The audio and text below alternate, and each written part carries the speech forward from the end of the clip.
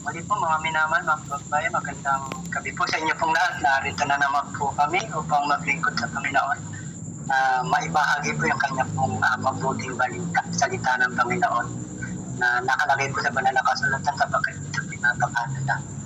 Ang Diyos po ay mabuti at ang kanyang kagandahang loob ito po ay magpakailang kailanman.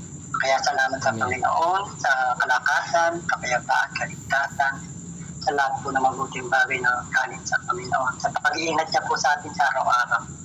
Salamat sa Panginoon.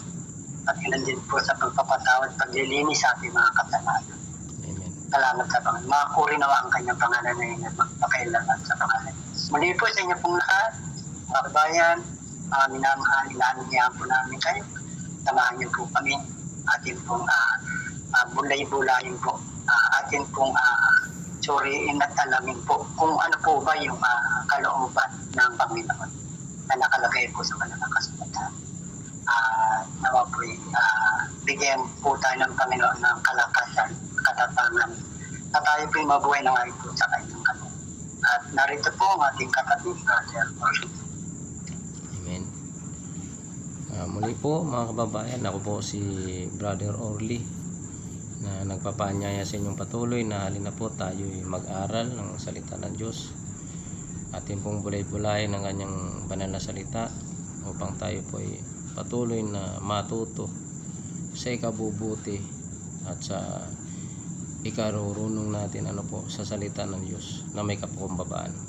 So muli po, muling nawa po'y sumainyo ang kapayapaan ng Panginoon sa gabing ito at patuloy pong nawang tayong ingatan ng Diyos ang ating mga kalusugan, ang ating mga anak, ating mga pamilya. God bless you po sa inyong lahat, mga kababayan, mga kapatid. Brother Ray? Opo, kaya nga po na ito po ay napakahalaga na ang tao po ay magkaroon ng oras at panahon na makapakinig po ng salita ng Diyos. Yan po ay napakahalaga. Kung paano na tayo po nagsisikap na magtrabaho, pang tayo po kumita, at meron po tayong panggasto sa araw-araw, pambili ng pagkain. Mas mahalaga po yung makinig po ng salita ng Diyos. Sapagkat ang sabi nga po dito sa aklat po ng mga kawikaan, kakabanatang 1, talatang 1, patuloy po, ang sabi po rito, ang mga kawikaan ni Salomon, na anak ni David na hari sa Israel, upang umalam ng karunungan at turo, upang gulayin ng mga salita ng pagkaunawa, upang tumanggap ng turo sa pantas, na pag-uugali, sa kapwiran at katulan at karantatan, upang magbigay ng katalinuhan sa musmos, kaalaman at pagbubulay sa kabataan, upang marinig ng pantas at lumago sa ikatututo, upang taumuhin ng taong may unawa ang magagaling na payo. Tingnan niyo po rito, ito po talagang nakalagay po rito na sinabi po yung karunungan na po yung turo ay bulayin ang mga salita ng pagkaunawa. Kaya po yung salita po ng Panginoon po ay andyan po yung karunungan na po, yung turo po ng Panginoon, yung payo ng Panginoon. Diyan po tayo magkakaroon ng pagkaunawa pag tayo po ay tumanggap ng turo na galing po sa Panginoon. Kaya naway tayo po ay magkaroon ng panahon magkaroon ng oras unahin po natin na tayo po ay makapakinig po na sa salita. Sabi naman po ng Biblia, hanapin muna, di ba? Ayon po doon, aklat po ng Martin, ay kabanatang 6 sa talatang 3. Hanapin muna ninyo ang kanyang kaharian at ang kanyang katwiran, ang lahat ng mga bagay ni J. Pawang darating. Kaya meron po uunahin po yung tao. Brother Orly, kayo po. God bless you po, Brother Ray. Tunay nga po mga kababayan na tayo po ay mapupunta sa katotohanan at sa katututo ng ating pag-unawa kung tayo patuloy na nagbubulay-bulay ng salita ng Diyos. Ayon nga po doon sa binasa natin na nakaraan, yung sa awit 119 verse 99, ano po, na ako'y mahigit na unawa kaysa sa mga tagapagturo sa akin, sapagkat ang mga patutuo mo ay gunita ko. So kapag tayo po ay lagi nating ginugunita ang patutuo ng Panginoon, ating iniingatan ng kanyang salita, ay tayo po ay magtatamo ng higit na unawa, ano po, kaysa doon sa mga nagtuturo sa atin. Halimbawa po, kagaya ng mga lingkod noon sa Israel, ano po, na may mga tagapagturo sila. Ngunit kung hindi naman talaga po yung naglilingkod para sa paglilingkod sa Panginoon, kundi para din po sa kanilang sarili. Kasi noon pa naman po, mga kapatid, na mayroon po talagang mga naglilingkod lamang dahil sa suhol, dahil sa upa, ano po. Sabi ng Panginoon Kristo, yung mga ganun ay mga upahan, mga walang malasakit sa tupa. Ganun po yun, mga kapatid. Yung kasing mga naghahangad lang ng upa sa kanyang pagtuturo, sa kanyang pangangaral, hindi po tunay yun na pastor ayon sa Panginoong Kristo. Akala naman ng iba na yung nakasulat sa Juan Gis yun pong magnanakaw at tulisan yung demonyo o yung ano po. Kapag binasa po natin yan po yung mga pastor, ano po. Yung kagaya doon na sinasabi sa ano po, basahin po muna natin ano po yun, yung kagaya doon sa Juan, ano po, na mga nagliligaw lamang, mga nagpapahamak sa tupa ng Panginoon. Dito ang sabi niya sa Kapitulo 10 talatang 8, ano po, ang sabi rito, ang lahat ng nangauna sa aking nagsiparito ay mga magnanakaw, ayan, at mga tulisan, datapwat hindi sila dininig ng mga tupa. Ayan. Yung mga tunay na tupa po, hindi po yun nakikinig sa mga tulisan at mga magnanakaw. Sino po ang pinapakinggan nila? Tuloy po natin na pagbabasa, ano po. Ako ang pintuan, ang sinumang taong pumasok sa akin ay siya'y maliligtas, at papasok at lalabas at makakasumpong ng pastulan. Hindi pumarito ang magnanakaw kundi upang magnakaw at pumatay at pumuksa. Ako'y naparito upang sila'y magkaroon ng buhay at magkaroon ng kasaganaan ito. Ayan. Ito pong tinutukoy dito na magnanakaw, yung pong mga nauna kay Kristo. Marami po talaga noon sa unang panahon pa sa panahon ng Israel, na sila rin po yung nagpahamak sa bayan. Dahil pinapasunod nila sa kasinungalingan yung bayan. Ano po? Kaya ang bayan ay napahamak. Bakit sila hinayaan ng Diyos na mawasak? Ano po?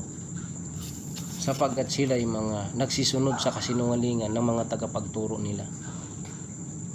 Ngunit yung mga nananatili sa salita ng Diyos ay nananatili po na may mas may kaalaman, o mas siya ay may higit na unawa kaysa sa mga tagapagturo sa akin. Gaya ng sinabi ni Haring David, ano po. So mayroong mga tagapagturo noon pa na mga hindi nag-iingat sa salita ng Diyos, hindi mga tumutupad sa salita ng Diyos. Mga noon pa po yan na mga nagtuturo na hindi naman talaga tumutupad doon sa kanilang mga itinuturo. Ano po? Ngayon, sabi ng Panginoon Kristo, may mga nauna na raw sa kanya.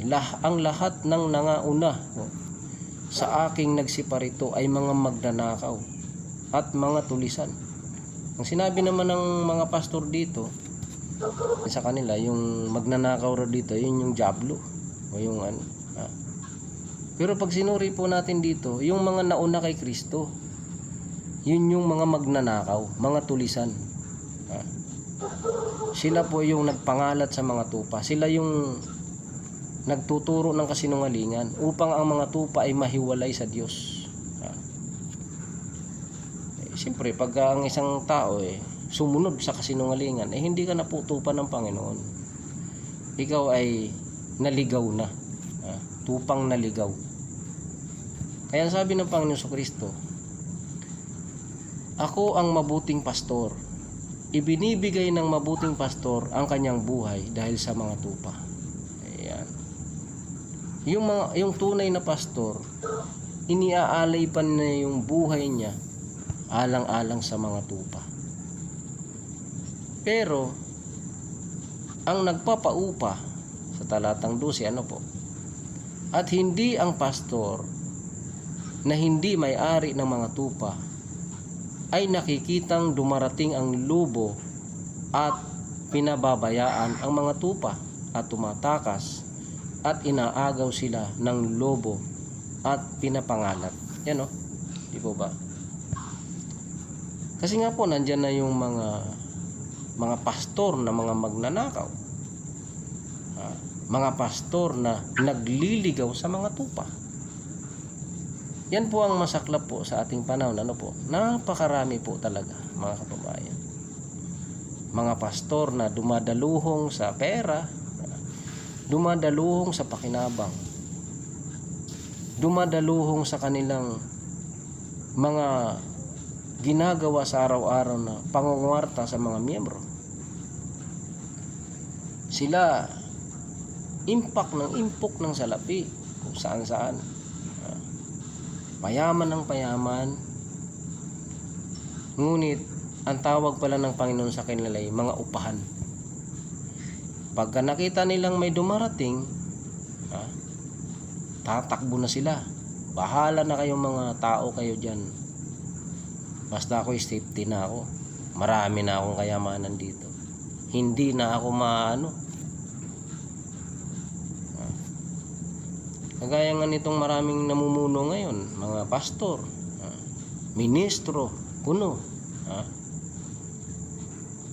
Pero hindi naman po talaga tunay na naglilingkod kay Kristo. Magaling lang magsalita, maaamo, hindi masakit magsalita,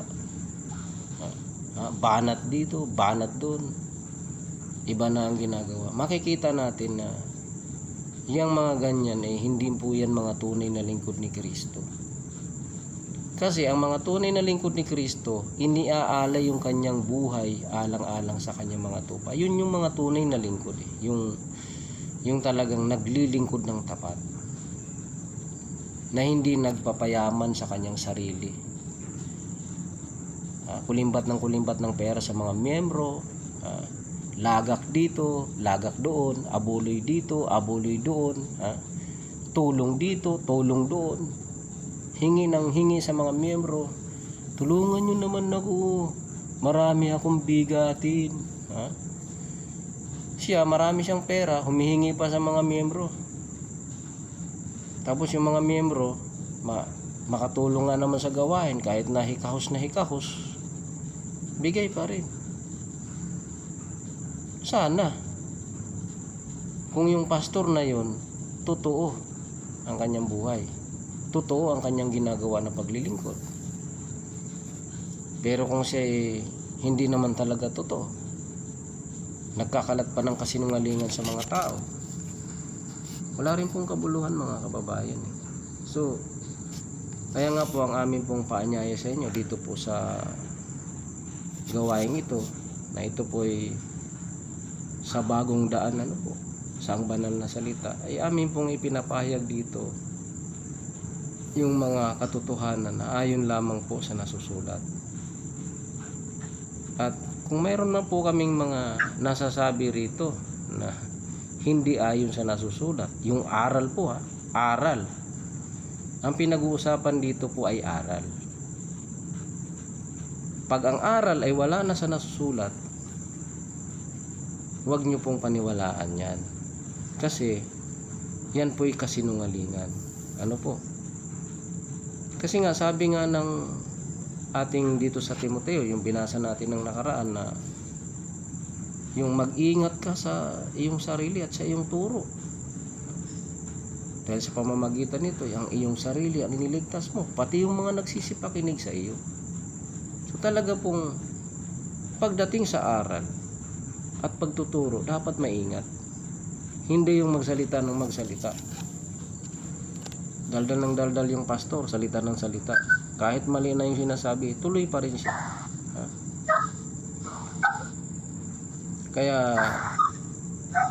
maraming naliligaw dahil sa aral ng kasinungalingan.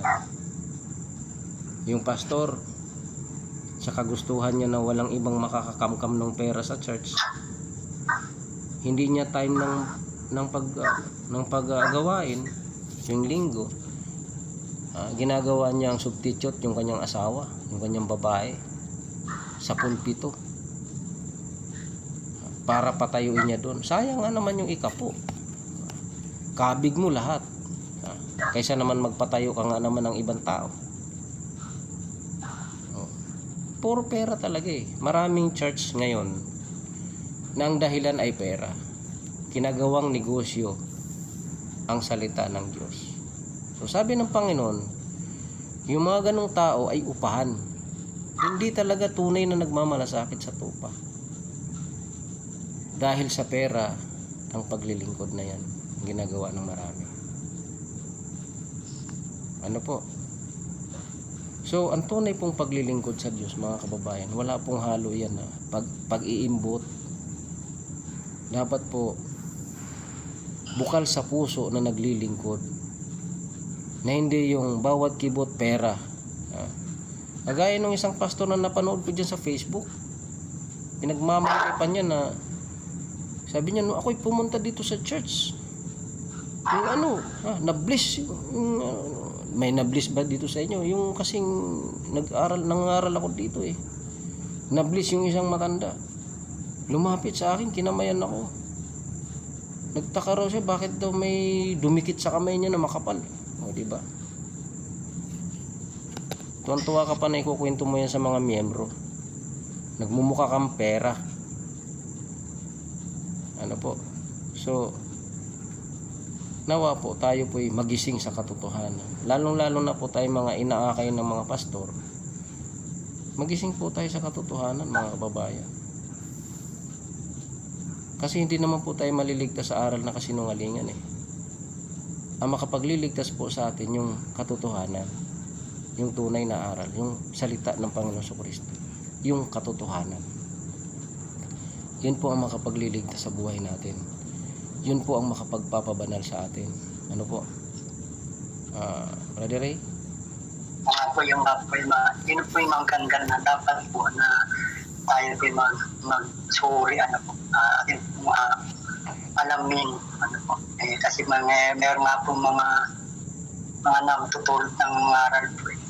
Halos pera-pera na lang po ang kanilang mga iniisip, paano silang dadaming kanilang mga handog, dadaming kanilang ari-arian.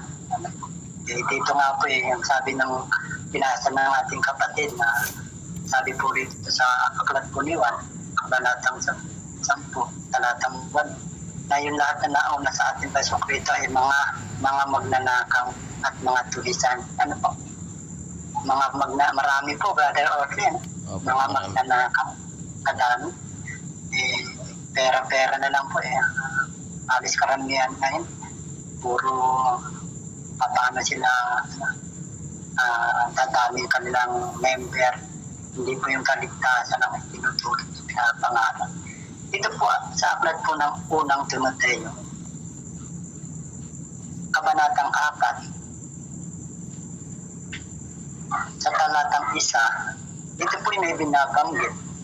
Sabi po rito, ngunit hayag na sinasabi ng Espiritu na sa mauling panahon ang iba'y magsisitalikod sa pananampalataya at mga kikinig sa mga espiritong mapanghikayat at sa mga aral ng mga demonyo.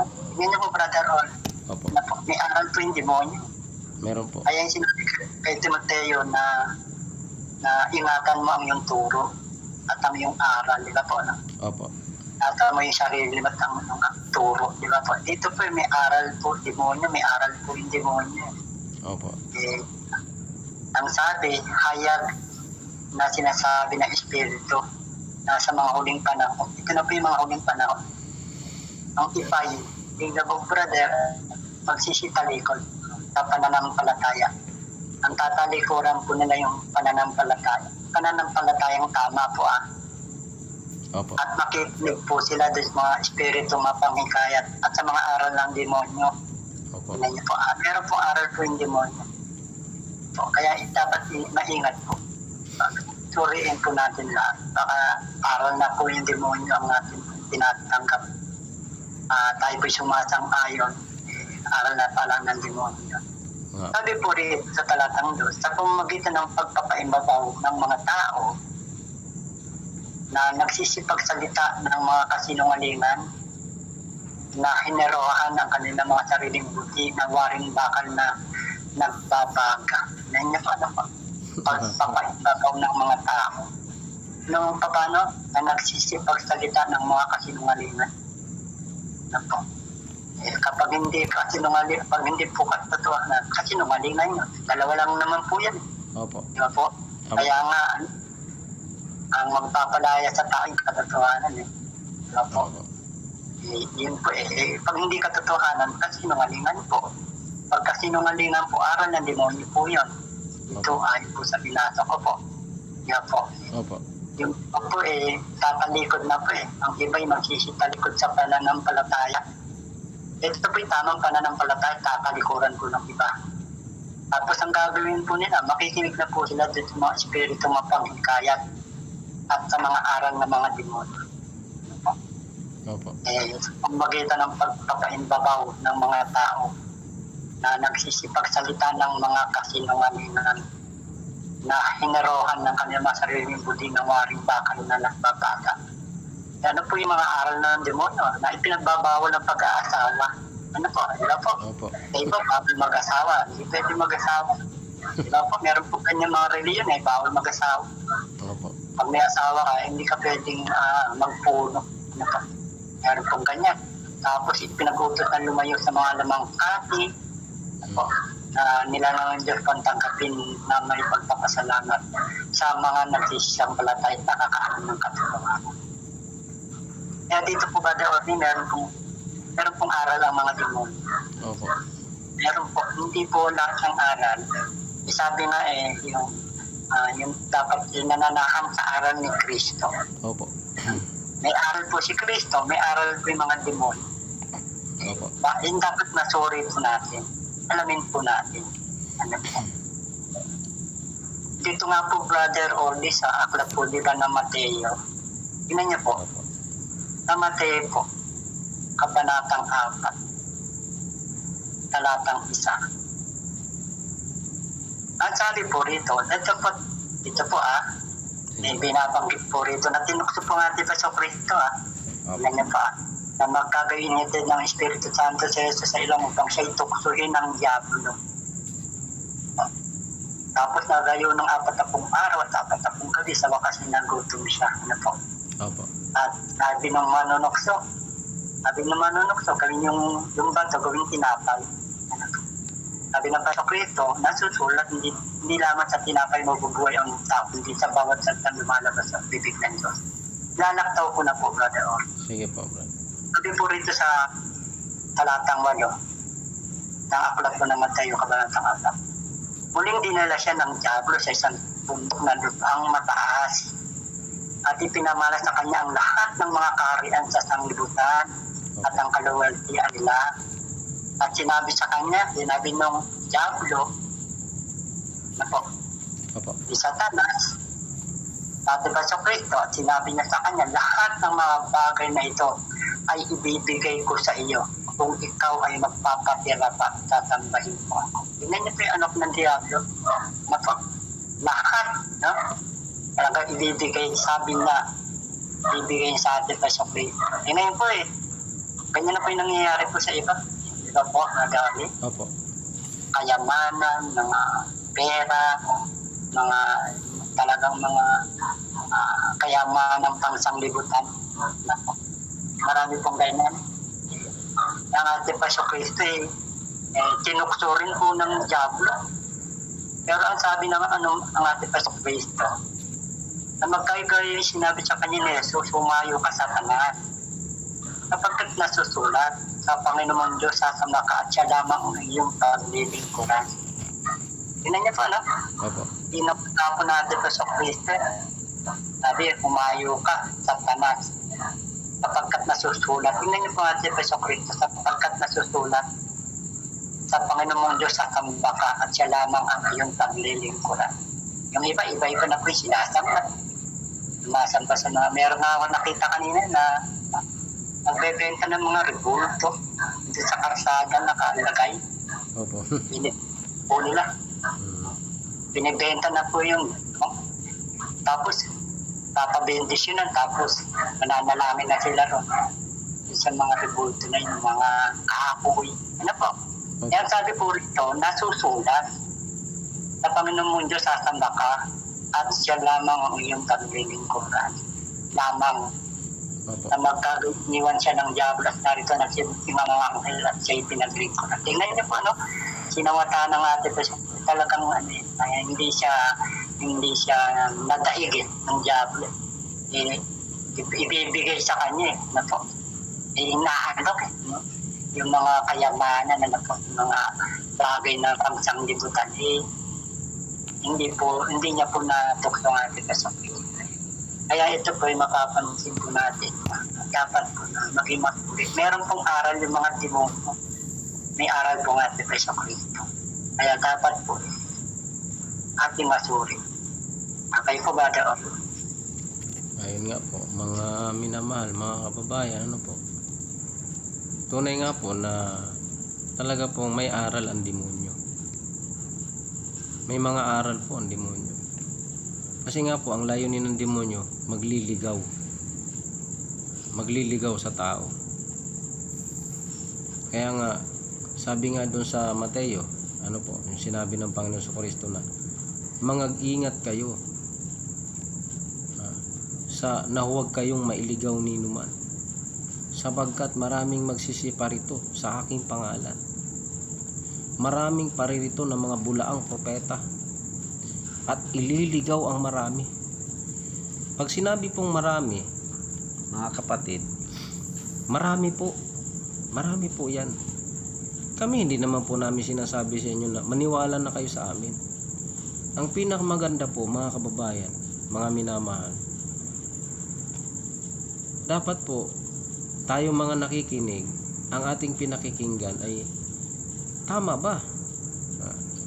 Tayo po yung nag-iingat sa ating pakikinig. Ano po? Kaya kasabi po kasi ng Panginoon Kristo na ingatan ninyo kung ano ang inyong pinakikinggan. Di po ba? Sapagkat sino mang meron ay bibigyan. At sino mang nag-aaka at sino mang wala, pati yung inaakalang nasa kanya ay aalisin sa kanya. Ano po? Ganun po yun, mga kababayan eh. Kaya nga tayo inutusan na ingatan ang ating pakikinig. Ano po? Huwag nating baliwalayin ang salita ng Panginoon. Ano po, mga kababayan? Kasi po, napakahalaga po ng ating buhay na tayo ay dapat nag-iingat sa ating pinakikinggan. Ano po? Sabi nga po ng Panginoon Kristo dito sa Mateo, ano po? Sa 7:15, ano po? Ganito po ang sinasabi sa Mateo 7:15. Sabi niya na mangag-ingat kayo sa mga bulaang propeta na nagsisilapit sa inyo na may damit tupa, datapwat sa loob ay mga lubong maninila. Malalaman nyo po yan na napakalalambing magsalita ng mga pastor na ito, ng mga ministrong ito. Bakit sila malambing magsalita? Kasi po, maliwanag naman kung anong pakay nila sa tao. Kung magbagsik-bagsikan nga naman sila, baka mamaya magsilayasan yung mga mayayaman na miyembro. Sayang, di po ba? Kaya mag-ingat kayo sa mga bulaang propeta. Ang mga bulaan po talaga, sila yung tipong napakalalambing mangaral. Ang lalambing magsalita. Akala mo'y tupa. Pero nasa loob pala yung kanilang tunay na pagiging lobo. Lalapangin ka. Lalapain ka. Ang gusto lang sa'yo, pera. Bahala ka na sa kaluluwa mo. Mga kababayan. Nawa po sana sa atin na mga tao na mga nagnanais masunod ang kalooban ng Diyos magsuri po tayo. Ating pong bulay-bulayin ang salita ng Diyos sa araw-araw. Yan po kasi talaga'y nais ng Diyos na gawin natin Ano po? Na utos ng Panginoon Kristo na saliksikin, saliksikin ninyo. Dito sa 5:39 ng Ebanghelyo ni Juan. Dito basahin natin 5:39 ng Juan. Saliksikin ninyo ang mga kasulatan, sapagkat iniisip ninyo na sa mga yaon ay mayroon kayong buhay na walang hanggan. At ang mga ito'y siyang nangagpapatotoo tungkol sa akin. So talaga pong iniuutos ng ating Panginoon, saliksikin ninyo ang mga kasulatan. So yung mga sekta dyan na bawal yung kanilang miyembro na humawak ng Bible, lalong lalo na daw sa kanilang gawain, bawal daw maghawak ng Bible. Kung talagang sa Diyos kayo, hindi nyo ipagbabawal yan. Kasi yan po yung basihan ng inyong mga itinuturo. Tulad namin, habang nagtuturo yung pastor, binabasa namin yung talata na kanyang itinuturo. Tunay ba ang kanyang sinasabi? O baka nanlilinlang lang din siya? Kasi marami po talaga sa ating panahon, mga kababayan, na sinabi nga doon sa Timoteo na binasa nating kapatid, mayroon pong aral ang mga demonyo. Ibig sabihin, pag yung may aral ang mga demonyo, napakarami po niyan. Napakarami po. Iba-ibang aral yan. Iba-ibang turo yan. Kanya-kanya yan Kanya-kanyang yung tatak, kumbaga sa kanilang simbahan.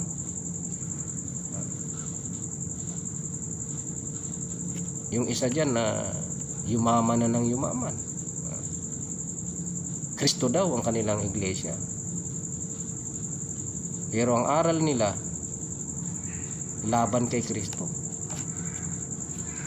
Si Kristo, hindi na nila ipinahayag kung sa anong dating kalagayan ni Kristo bago siya pumarito sa laman. Pag binasa natin kasi ang mga kasulatan, si Kristo'y may dating kalagayan. May dating kalagayan po si Kristo, mga kababayan. Tingnan nyo po dito sa Juan 17. Meron po siyang sinabi rito sa Juan 17, ang ating Panginoon Kristo. Meron po siyang binabanggit dito nung siya'y manalangin. Dito sa 17, talatang 4. Simulan po natin sa talatang 4. Niluluwalhati kita sa lupa, pagkaganap ko ng mga gawa na ipinagawa mo sa akin. At ngayon, Ama, luwalhatiin mo ako sa iyo rin, ng kaluwalhatiang aking tinamo sa iyo. May tinamo na siya. At ngayon, Ama, luwalhatiin mo ako sa iyo rin. Yung kaluwalhatian na ibibigay ng Ama sa kanya ay para din sa Ama. Tingnan nyo. Niluluwalhati ng anak ang Ama, at niluluwalhati naman ng Ama ang anak. Ganon siya Ganon kamahal ng Ama ang kanyang anak. Dahil ang kaluwalhatian na ibinibigay niya sa anak ay ibinibigay din ng anak sa Ama. Tingnan nyo. Di po ba? Ngayon, anong sabi ng Panginoon Kristo? Sabi niya, at ngayon, Ama, luwalhatiin mo ako sa iyo rin. Ayan. ng kaluwalhatiang aking tinamo sa iyo, bago ang sanglibutan ay naging gayon. Ano man ang gawin ninyo ng pagsisinungaling ninyo, na ginawa ninyong si Kristo ay nag-exist lang bilang tao at wala siyang dating kalagayan, kayo po ay isa sa nagtuturo ng aral ng demonyo. Ano po? Kahit anong gawin ninyo, talaga namang naging tao si Kristo eh. Kasi nagkatawang tao siya. Malinaw po yan. Ang sabi niya, sa talata pa lang ng Ebanghelyo ni Juan, sa 1, nagkatawang tao. Alin yung nagkatawang tao? Yung kasama ng Diyos sa pasimula. Sino yun? Yung bago palalangin ng sanlibutan ay binigyan na ng Ama ng kaluwalhatian. Yung kanyang salita. Si Kristo na siyang lumikha. Sa pamamagitan niya ay nalikha ang lahat ng bagay. Ipikit nyo mang pilit ang mga mata ninyo. Wala kayong magagawa sa katotohanan. Pilit kayong nagbubulag-bulagan sa katotohanan dahil sa salapi, dahil sa pera. Alam na po yan. Dahil sa pera po yan. Marami po kasing nagpapauto eh. Maraming mga nagpapaluko. Maraming mga nagpapauto na tao. Pangakuan lang ng kaligtasan. Ganun ba? Sige, maligtas tayo dito. Maraming nagpapauto. Dahil maaamong magsalita. Tapos mayroon pang pangako. Kuyog tayo dito. Walang pwedeng gumalaw sa atin. Kung talagang sa Diyos kayo, hindi kayo matakot na sino man ang gustong pumatay sa'yo. Bakit? Talagang lahat naman tayo mamamatay eh. Di po ba? Kahit ano pang gawin ninyo, hindi ninyo matatakasan ang katotohanan. Si Jesucristo na ating Panginoon, siya ay niluwalhati na ng Ama bago pa lalangin ang sanlibutan. May dati po siyang kalagayan, mga minamahal. Dati na po siyang naroon sa pasimula. Naroon na siya. Bago pa lalangin ang sanlibutan, naroon na siya. Siya mismo ang nagsabi, siya mismo ang nagpahayag. At ngayon, Ama, luwalhatiin mo ako sa iyo rin ng kaluwalhatiang aking tinamo sa iyo bago ang sanglibutan ay naging gayon. Kahit anong gawin yung pagtatago ng katotohanan, lahat po tayo pag humarap sa hukuman ni Kristo, dito po natin makikita. Pero wag na sanang paratingin pa natin doon ano po. Dito pa lang sana sa lupa habang buhay pa tayo. Dapat ang katotohanan na po ang mananaig, hindi yung kasinungalingan demonyo. Ano po? Dalisay po ang salita ng Diyos eh. Ano po? Basahin po natin dito sa Kawikaan 30, talatang 5. Bawat salita ng Diyos ay subok. Siya'y kalasag sa kanila na nanganganlong sa Kanya. Ayan. Yung salita pala ng Diyos ay subok. Yung binanggit ng Panginoong Kristo, subok yun. Totoo yun. Hindi po siya nagsisinungaling doon, mga kababayan, mga minamahal. Totoo po yung sinabi niya. Ama, luwalhatiin mo ako ng kaluwalhatiang aking tinamo sa iyo bago ang sanglibutan ay naging gayon. Totoo po yun. Dahil siya mismo, bago siya magkatawang tao, siya po yun. Sino siya? Siya yung salita. Siya yung subok na salita. Ano pa? Nang dahil sa salita na yan, nalikha ang lahat ng bagay. Dahil ang salita ng Diyos ay siyang kapangyarihan. Siya yung makapangyarihan na kasama ng Ama, kasama ng Diyos sa paglikha ng lahat ng bagay. Tapos tinatakwil ninyo. Kawawa po kayo. Lalong-lalo na po itong mga miyembro na nagpapauto na lang. Ayaw ninyong magbasa ng Biblia. Naku po, kawawa po kayo mga kababayan. Magsisi po kayo. Kilalanin po natin ang katotohanan. Sino po ba yung katotohanan? Kilalanin natin ang katotohanan.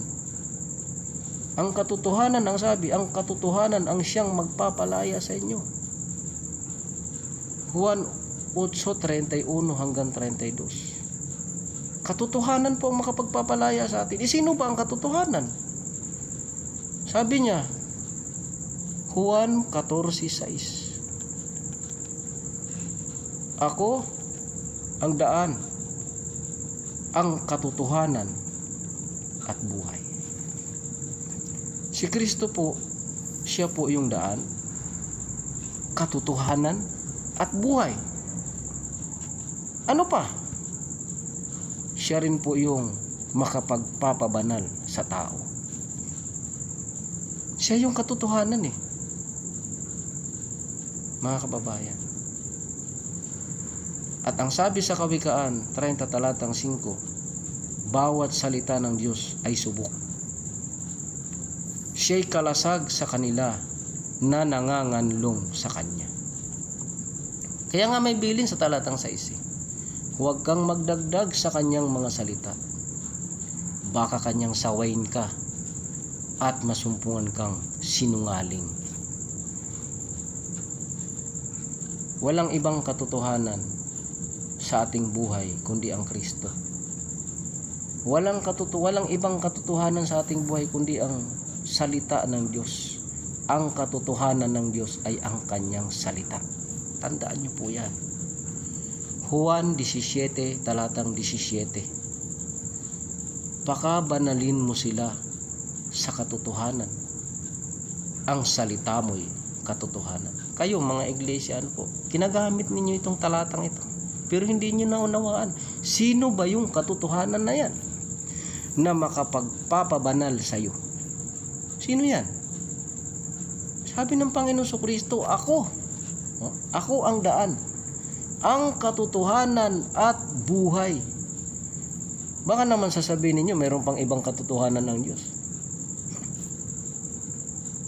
Wala pong ibang katotohanan kundi ang salita ng Diyos. Kasi ang salita ng Diyos ay katotohanan. Yan po mga kababayan. Yan po ang dapat sandigan ng tao, saligan ng tao, kanlungan ng tao sa panahon na ikay malungkot, sa panahon na ikay gipit, sa panahon na ikay may sakit, sa panahon na ikay mahina, marupok. Ang salita po ng Diyos ay sandigan mo sa iyong buhay. Yan po mga kababayan.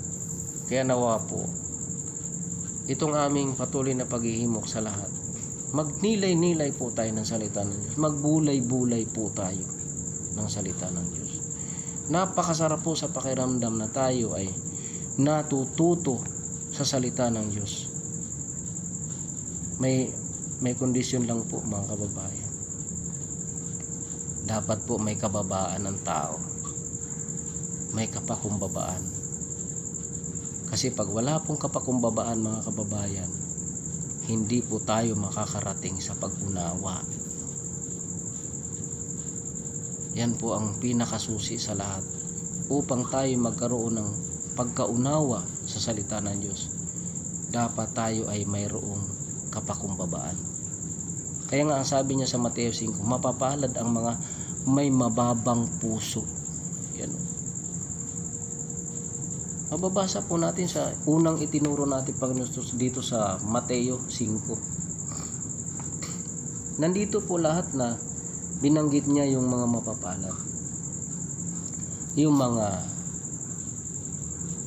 mga maaamo, Simulan natin dito. Basahin po natin dito sa 5 talatang 2. Sabi niya, At binukan niya ang kanyang bibig at tinuruan sila na sinasabi, mapapalad ang mga mapagpakumbabang loob, sapagkat kanila ang kaharian ng langit. Hindi po yung kaya mo gustong matuto sa Biblia, nag-aaral ka pa sa Bible School, ha? Nag-aaral ka pa sa mga masterate degree ng mga Bible, ha?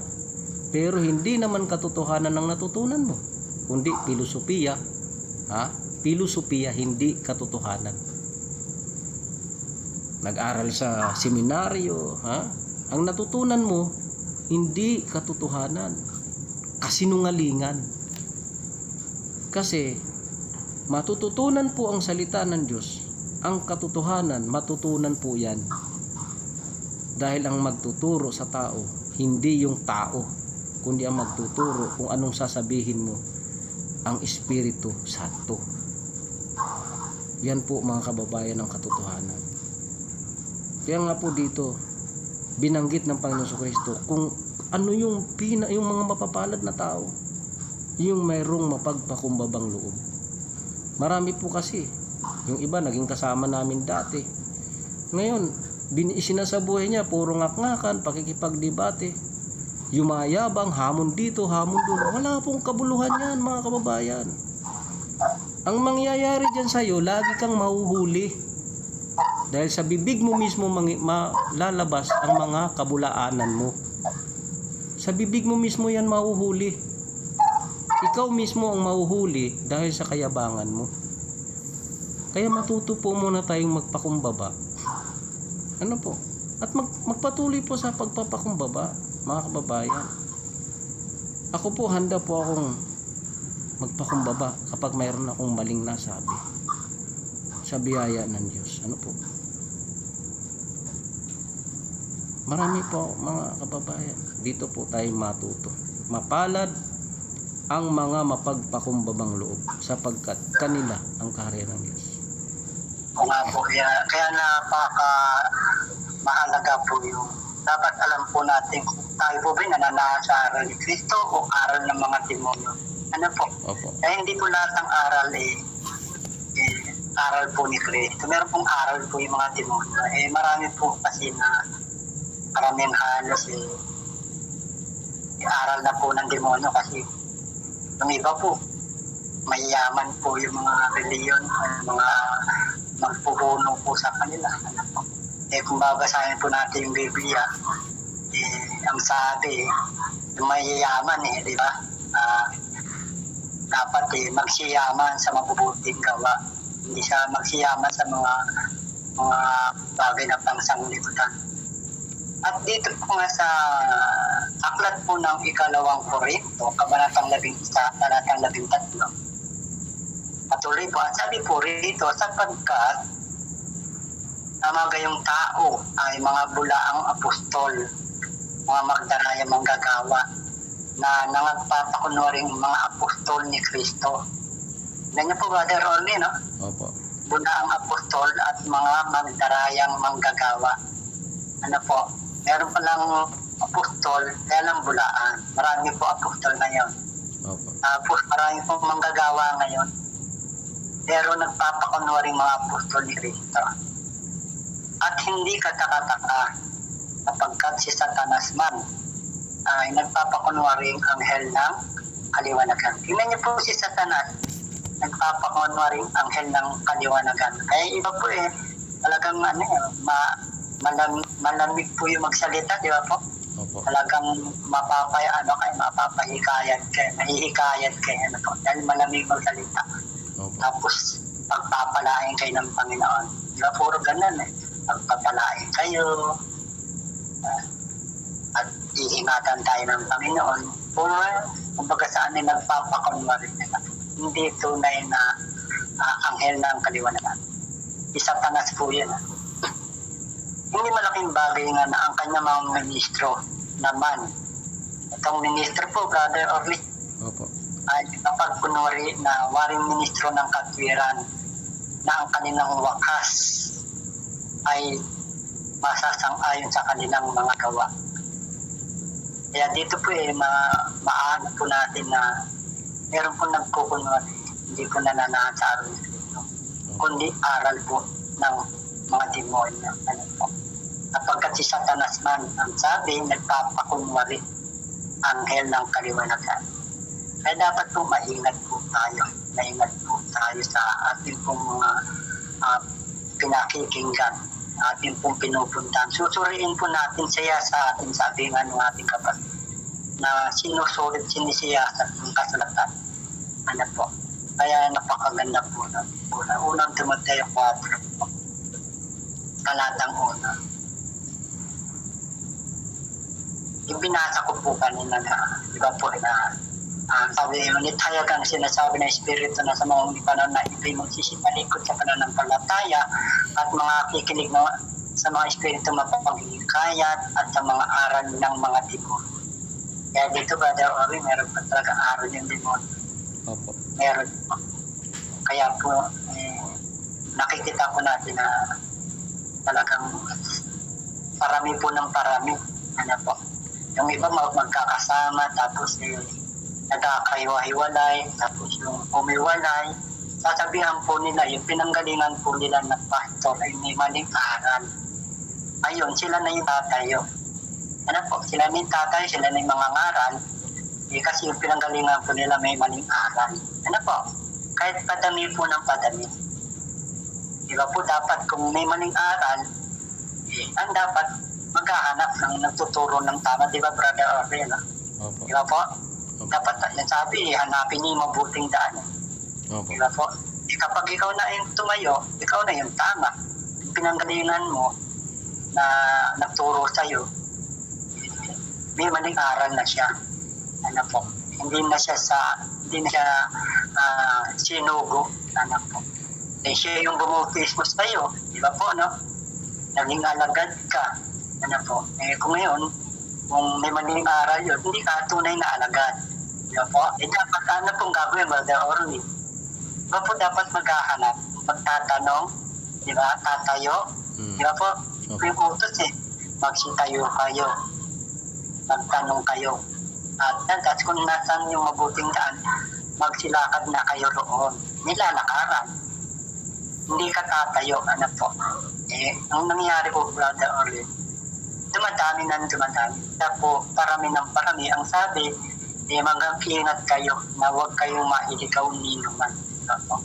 Napakalinaw po yan. Kaya napakalaga po na magsuri po tayo. Surihin po natin lahat. Alamin po natin. Umawak po tayo ng Biblia. Yung mga nagsasalita o nangangaral, sabayan po natin sila. Yung kanila bang binabasa talagang nasa Biblia o salita ng Panginoon. Yung iba po, pinagbabawalan magdala ng Biblia. Yung iba naman po, sa iba na po sila tumatawag. Nakikinig na lang po sila sa sinasabi ng kanilang mga leader. Kaya marami pong mga naliligaw. Marami pong mga napapahang. Kaya naway magsuri po tayo. Alamin po natin. Yan naman po ay utos. Dapat tayo po ay maging maingat po. Kaya salamat sa Panginoon. Mapuri na ang kanyang pangalan. At naway mahabag po na mahabag kayo sa lahat ng mga tao. Maligtas po naman. At naway magpadala po. Yan po'y dalangin ko pala. Magpadala po yung Panginoon ng mga subok at tapat na manggagawa. Yung mga subok at tapat na manggagawa. Yun po ang dapat maging tapat na lingkod po ng Brother Orly. Kayo pa. So, muli po mga kababayan, aming pong paanyaya sa inyo na sa mga nagtsatsaga sa amin, ano po, God bless you po sa inyong lahat. Nawa po ay pagpalain kayo ng Panginoon. At ang aming pong himok sa inyo, patuloy po tayo mag-aaral ng salita ng Diyos. Sapagat ito naman po ay sa ating ikaliligtas. Ano po? Para hindi po tayo maligaw na kung sino-sino lang na nagtuturo dyan. Tayo po ay manangan sa katotohanan. Sa katotohanan lang po tayo. Alalahanin po natin ang ating Panginoon Kristo na nagsalita niyan. Ako ang daan, ang katotohanan at ang buhay. Ngayon kung inaangkin mo na si Kristo yung iyong katotohanan, ang iyong daan at buhay, manahan ka po sa kanyang aral. Kasi kung hindi ka mananahan sa kanyang aral, hindi ka po sa Diyos. Sabi sa ikalawang Juan 9 hanggang 11. Kapag hindi ka manahan sa aral ng Diyos, kapag hindi ka nananahan sa aral ni Kristo, wala sa iyo ang Diyos. Kaya dapat po, nawa po tayo mag-ingat na huwag tayong mailigaw ng kung sino-sino na lang na nagtuturot ng hihikayat dyan. Kahit naman po kami, hindi po kami umaangkin na sa harap ninyo na kami na yung katotohanan. Basta ang amin pong itinuturo dito at ipinangangaral ay ayon lamang po sa katotohanan. Kasi mahirap pong magturo ng hindi naayon sa nasusulat. Dahil kapag hindi naayon sa nasusulat, yan po'y kasinungalingan na. Bawal pong magdagdag sa salita ng Diyos. Bawal magbawas. Malinaw po yan. Malinaw na malinaw po yan. Pero maraming nagtuturo na iba-iba ang sinabi. Pag binasa mo sa Biblia, iba ang sinasabi niya, iba yung nasa sulat. Tapos paliliwanagan ka ng pagkarami-raming paliwanag. May babasahin na si Dr. Lanzo, si ganito, mga ayon sa dictionary ni ganito. Wala po doon ang katotohanan sa dictionary, mga kababayan. Wala po ang katotohanan doon sa history ng mundo na ginagawa ng mga ibang tao. History ng mga taong hindi naman naniniwala sa Diyos. Ano po? Marami pong ginagawa itong mga nagtuturo na iba na gumagamit ng kung ano-anong history. Gumagamit ng dictionary na pinapakahulugan yung kanilang turo para lang mapatunayang tama sila. Di po ba? Nasusulat po lang ang aral ng Panginoon eh. Malinaw po ang nakasulat. Hindi ka po maliligaw kung sa Biblia ka lang bumabase doon sa kanyang salita, sa salita ng Panginoon. Kaya yan po ang aming panghihikayat sa inyo po. Dito lang po tayo bumase sa nasusulat. Hindi po tayo maliligaw. Yan lang po mga kababayan. God bless po sa inyong lahat. Ako po si Brother Orly. Muli po, naway patuloy tayong kahabagan ng Diyos. Ano po? At naway lalo tayong lumago sa kaunawaan sa kanyang salita. Ano po? So ito po muli ang kami po ay kabahagi ng Church of Jesus Christ, the Lord and Savior. Ngunit hindi po kami nakikiisa sa gawain ng remnant. Ano po? So, sa katotohanan lang po tayo mga kapatid. Muli po, God bless po sa inyong lahat. Ito po ang programa ng Panginoon, ang bagong daan, ang banal na salita. God bless po sa inyong lahat. Brother Ray? Opo, at ito pong huli ko pong babasahin. Sabi po dito sa Lucas, sa balatang 16, talatang 13, hanggang 15, sabi po dito, Brother Orly, mga kababayan, mga minamahal, walang alipin makapaglilingkod sa dalawang Panginoon, sapagkat kapuputan niya ang isa at iibigin ang ikalawa, o di kaya'y magtatapat sa isa o walang halaga ang ikalawa. Hindi kayo makapaglilingkod sa Diyos at sa mga kayamanan. Na po, tayo po'y alipin, po. Hindi pwedeng maglingkod sa dalawang Panginoon. Opo. Na po, sa kayamanan at sa Diyos. At ang mga Pariseo na pawang maibigin sa salapi, na po, maibigin, pag-ibig sa salapi ay ugat ng lahat ng uri ng kasamaan. Opo. Ang mga Pariseo na pawang maibigin sa salapi ay nakakakinig ng lahat ng mga bagay na ito at siya'y tinutuya nila. Tingnan niyo po yung iibig sa salapi na mga nanunuya. Opo. Opo. Talatang 15. At sinabi niya sa kanila, kayo nag-aaring ganap sa inyong sarili sa paningin ng mga tao. Kaya dapat nakikilala ng Diyos ang inyong mga puso. O kilala po ng Diyos yung puso po ng tao. Alam po ng Diyos yung puso natin. Ano po, nakikilala ng Diyos ang inyong mga puso. Kaya hindi po pwedeng maglingkod sa dalawang Panginoon. Sa Diyos at kayamanan. Kaya ang sabi po rito at sinabi niya sa kanila, kayo ang nag-aaring ganap sa inyong sarili sa paningin ng mga tao na dapat nakikilala ng Diyos ang inyong mga puso sapagkat ang dinadakila ng mga tao ay kasuklam-suklam sa paningin ng Diyos. Kaya nawa ang paglingkuran po natin yung Panginoong Diyos. Ano po, sabi ng ating Kristo Kristo. Kaya po, ang dapat ang sasambay paglilingkuran ay ang Panginoong Diyos. Kaya sa lahat sa mga pupuri na ang kanyang pangalan, ngayon at magpakailan kailangan. Sa lahat po, sa mga nakinig at nanood po, ingatan po kayo ng Panginoon.